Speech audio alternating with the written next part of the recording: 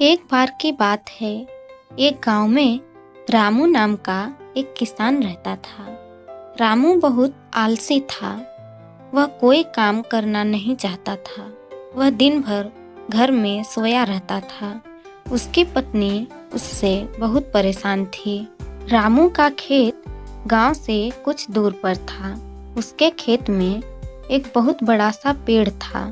उस पेड़ को रामू काटना चाहता था, किंतु अपने आलस के कारण वह उसे काट नहीं पा रहा था।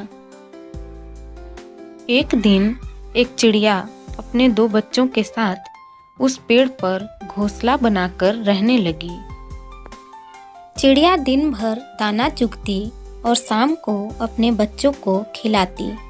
एक शाम को जब चिड़िया घोंसले में लौटी तो बच्चों ने बताया कि आज किसान आया था और उसने कहा कि कल वह मजदूरों को भेजेगा इस पेड़ को काटने के लिए।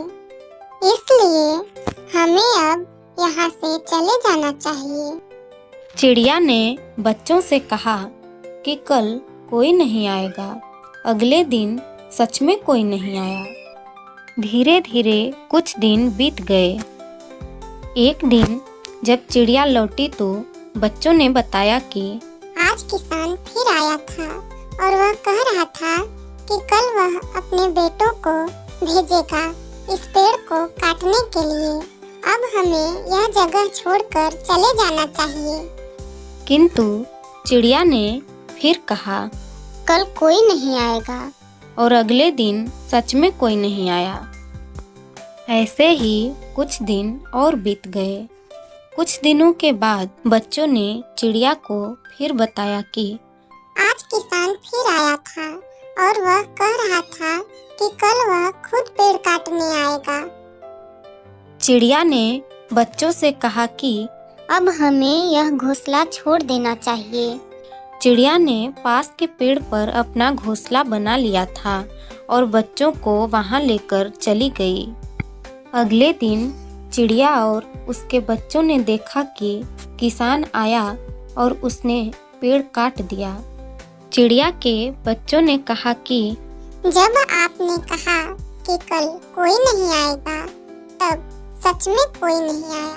जब आपने कहा कि हमें यह घोंसला छोड़ देना चाहिए, तब सच में पेड़ कट गया। आपको कैसे पता चला कि आज पेड़ कट जाएगा? बच्चों की बातें सुनकर चिड़िया बोली, जब तुमने कहा कि किसान आया था और वह कह रहा था कि वह अपना पेड़ मजदूरों से कटवाएगा, मैं समझ गई कि कल यह पेड़ नहीं कट सकता। फिर तुमने बताया कि किसान अपने बेटों को भेजना चाह रहा है इस पेड़ को काटने के लिए। फिर मैं समझ गई कि यह पेड़ नहीं कट सकता। जब तुमने कहा कि किसान खुद पेड़ काटने आने वाला है, मैं समझ गई कि कल यह पेड़ कट जाएगा, क्योंकि किसान अब दूसरों पर निर्भर नहीं है।